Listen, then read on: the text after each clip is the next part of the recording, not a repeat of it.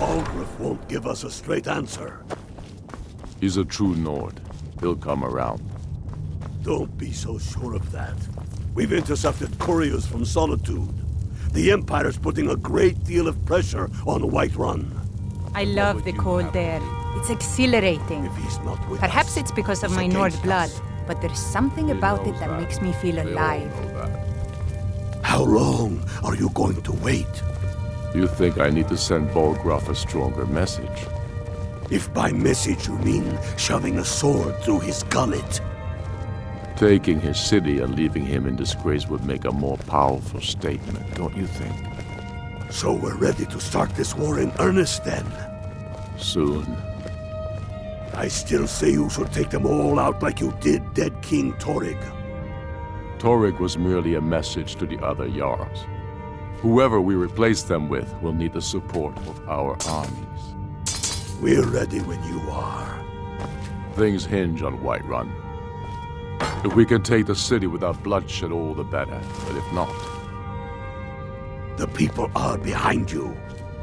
Many, I fear, will need convincing. Then let them die with their false kings. We've been soldiers a long time.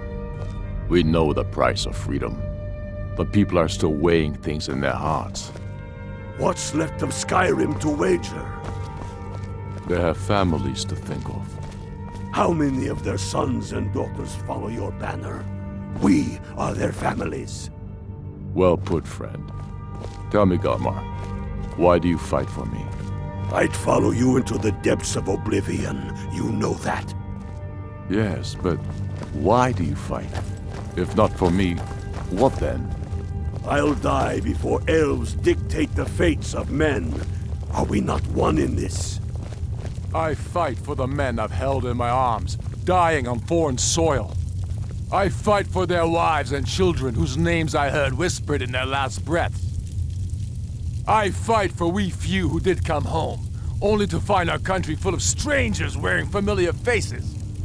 I fight for my people, impoverished to pay the debts of an empire too weak to rule them, yet brands them criminals for wanting to rule themselves. I fight so that all the fighting I've already done hasn't been for nothing. I fight because I must. Your words give voice to what we all feel, Ulfric. And that's why you will be High King.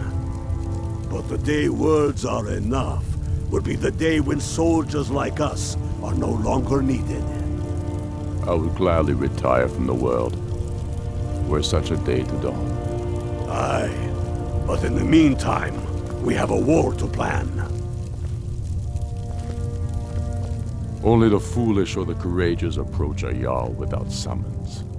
Do I know you?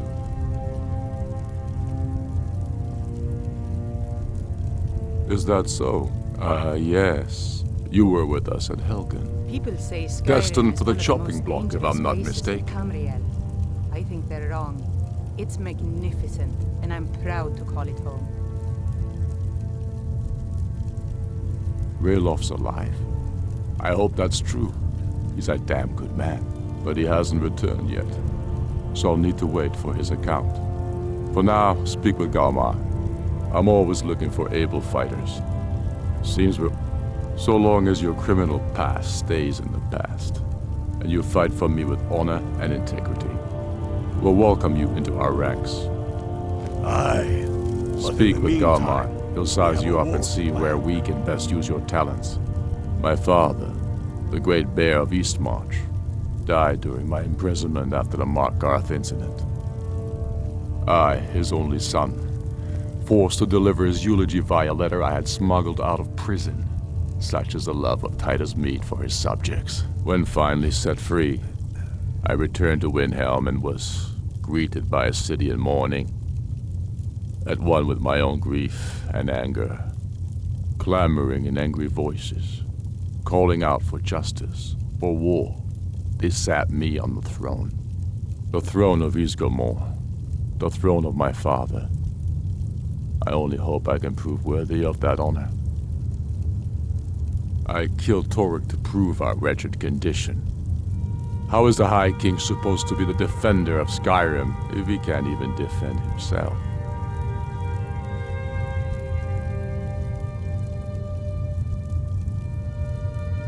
Indeed, Elisif has become Jarl of Solitude. Historically and conveniently home of the High King, backed by Imperial interests. But the Moot has not yet met to name her High Queen. And they won't. Not as long as I have any say in it. I challenged him in the traditional way, and he accepted.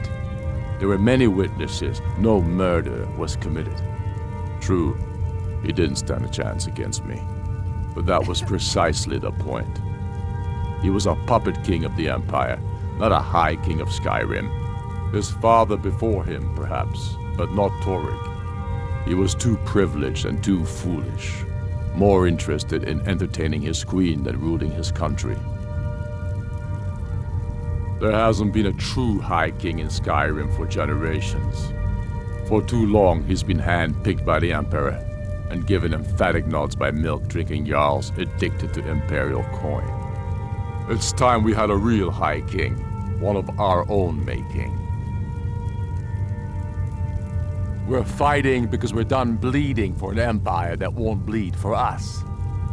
Untold numbers of Nords died defending the Empire against the Dominion. And for what? Skyrim being sold to the Thalmor so the Emperor could keep his throne. We're fighting because our own Jarls, once strong, wise men, have become fearful and blind to the people's suffering. We're fighting because Skyrim needs heroes, and there's no one else but us. Not entirely true, though not entirely false either. Any Nord can learn the way of the voice by studying with the Greybeards, given enough ambition and dedication. My shouting Torg to the ground proved he had neither. However, it was my sword piercing his heart that killed him. The Empire thinks it holds Falkreath from us, but the souls of Skyrim's bravest are buried there and will fill our hearts and strengthen our blades. I'm not sure why Tullius is wasting his time trying to take Winterhold from us. But if he wants to throw his men away, I'll gladly accept that gift. The Imperials have already dug into Whiterun. We'll wrest it from them soon enough. We must. Its central position is key. Tullius has camps in the Pale, entertaining thoughts of battle. The Empire still underestimates the force of our cause. It will be their undoing.